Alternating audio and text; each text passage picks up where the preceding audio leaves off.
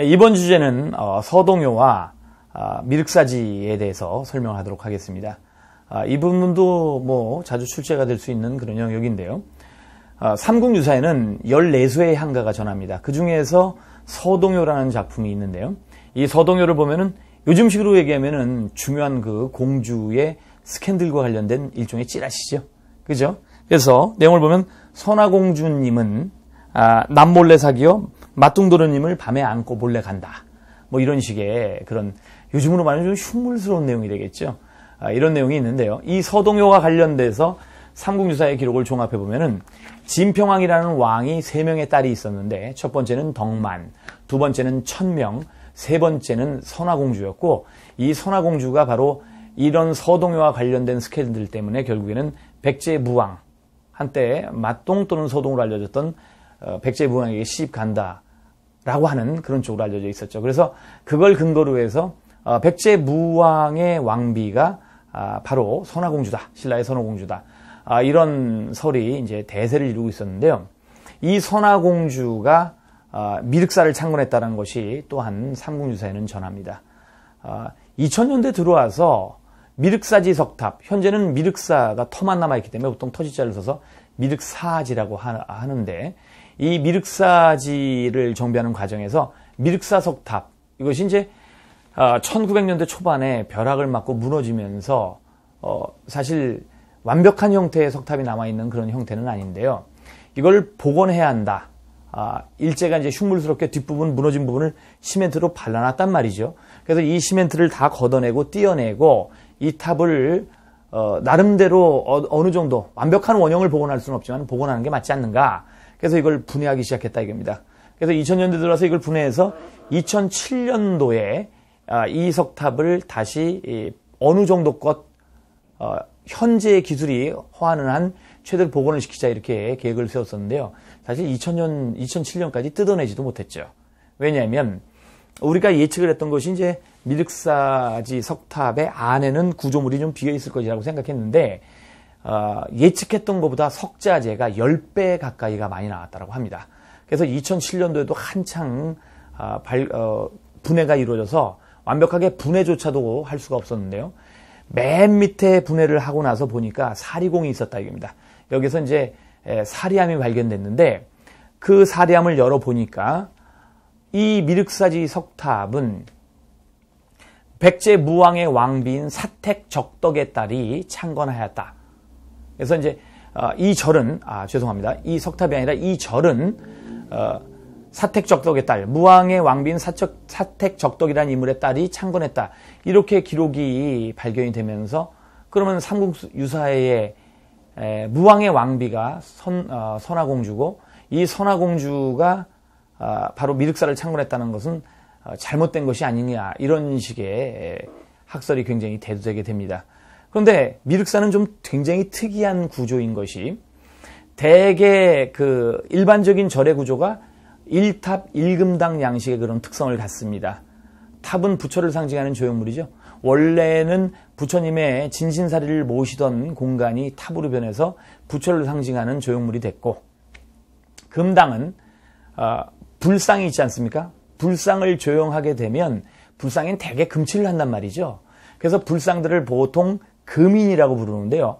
이 금인을 봉안한 건물, 그래서 불상, 부처의 상이 봉안한 건물이라고 해서 일반적으로 법당을 금당이라고 부르게 됩니다. 근데 처음에는 탑이 먼저 나왔기 때문에 불상을 모신 건물보다는 탑이 더 중요했어요.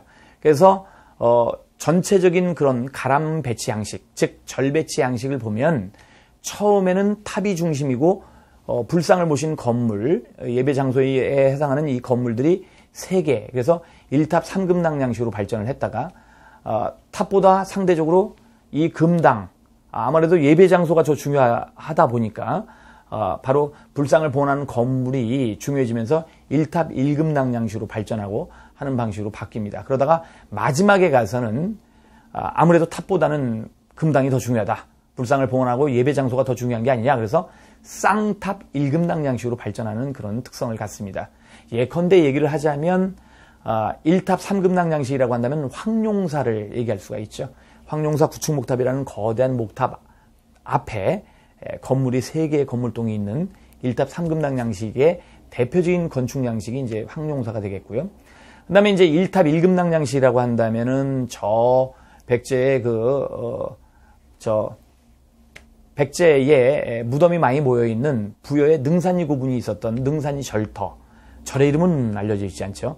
이런 능산리 절터가 이제 1탑 1금당 양식이라고 볼 수가 있겠습니다. 그리고, 바꿔서 쌍탑 1금당 양식이라고 한다면 가문사지, 이런 절들이 있죠. 이런 식으로 가는데 미륵사만 이 형식에서 완전히 어긋나는 그런 특성을 갖습니다. 이른바 1탑 1금당 양식의 건축 양식이 3개가 복합적으로 결합된 3탑 3금당 양식이란 말이죠. 그래서 이걸 잠깐 이제 구조적으로 얘기를 하면 이렇게 절의 경례가 있다라고 한다면은 하나의 경례가 있어서 1탑 1금당 양식, 또 하나가 1탑 1금당 양식, 또 하나가 1탑 1금당 양식 이렇게 구조가 잡히게 돼 있는데 가운데에 거대한 목탑, 황룡사 구축 목탑 같은 목탑이 있고 뒤에 금당이 있고요. 양쪽으로 금당이 있고 앞에 석탑이 있는 형태란 말이에요. 그 중에서 서탑이 하나가 남아 있었던 것이 현재 남아있는 유일하게 남아있는 미륵사지 석탑이 되겠습니다. 그런데 이제 무왕의 재위기간이 무려 40년이 넘는다는 것. 그러면 지금 유일하게 남아있는 미륵사지 석탑을 분해했을 때 거기 사리공에서 발견된 것이 이 탑과 이 절이 사택적덕의 딸 왕비이신 무왕의 왕비이신 사택적덕의 딸이 이 절을 창건했다. 이것을 절이 세계 공간이라고 한다면은 왕비도 이제 무왕이 재위기간이 40년이 넘으니까요. 왕비도 여러 명이 있었을 테고 이 왕비 중에서 사택적덕의 딸이 창건한 공간은 이 공간. 그 다음에 선화공주가 왕비였을 때 창건한 공간은 또 다른 공간. 이렇게도 볼 수 있는 게 아니냐. 그러니 사실 미륵사지 석탑에서 발견된 사리공의 내용을 가지고 무왕의 왕비가 한 명이었다라고 추정하고 따라서 미륵사가 무왕의 왕비인 사택적덕이 창건한 것이고 선화공주가 삼국유사에 나온 것처럼 무왕의 왕비가 아니라는 것. 이런 식의 가설로 추론하는 것은 온당치 않지 않냐. 이렇게 이제 학설이 맞서게 되는 것이죠. 그죠? 그래서 일단 이런 부분에서 이제 미륵사와 관련된 얘기가 굉장히 많은 학설이 개진되게 됩니다. 자, 그런데 시험 문제가 나온다라고 한다면 어떻게 나올까요? 일단은 우리 입장에서는 미륵사 창건의 주체가 누구인가? 과연 선화공주인가? 또는 사택적덕의 딸인가? 또는 무왕이 두었을 여러 명의 왕비들이 순차적으로 세계 공간을 창건했는가? 자, 이런 식으로 시험에 나오는 건 아니다 이거예요. 일반적으로 시험에 나온다라고 한다면은 미륵사지의 특징만 다른 절의 가람 형태와는 다르게 3탑 3금당 양식으로 구성되어 있다는 것 하나. 그 다음에 이제 서동요와 관련돼서 무왕 때의 치세의 특성들 이런 것들을 검토해서 출제를 할 수가 있는 그런 부분이 안 되겠는가. 더군다나 이제 미륵사 같은 경우는 익산 지역에 위치해 있잖아요. 그래서 익산 천도계획을 갖고 있었던 무왕이 왕권을 강화하기 위해서 어떻게 익산 지역을 조용하고 구성했는가 이런 틀의 맥락에서 익산 미륵사지 석탑을 설명할 수 있다는 것. 그리고 그것을 서동요와 관련해서 무왕의 지서로 연결해서 시험에 낼 수 있다는 것. 뭐 요 정도가 되겠습니다.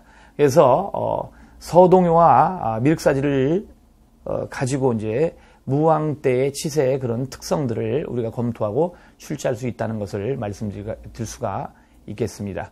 자, 이번 주제에서 이제 서동요와 미륵사지와의 상관관계를 말씀을 드렸는데요. 일단 학설이 하나가 나왔다고 해서 그것이 지배적인 학설이 될 수는 없다는 것. 그리고 역시 그렇다 하더라도 삼국유사에 나와 있는 내용이 무조건 거짓처럼 간주돼서 시험문제 출제에서 어긋나거나 또는 벗어날 수는 없다는 것. 이것을 여러분이 염두에 두시면 되겠습니다. 이번으로 이제 미륵사 창건과 서동요와 관련된 내용은 마치도록 하겠습니다.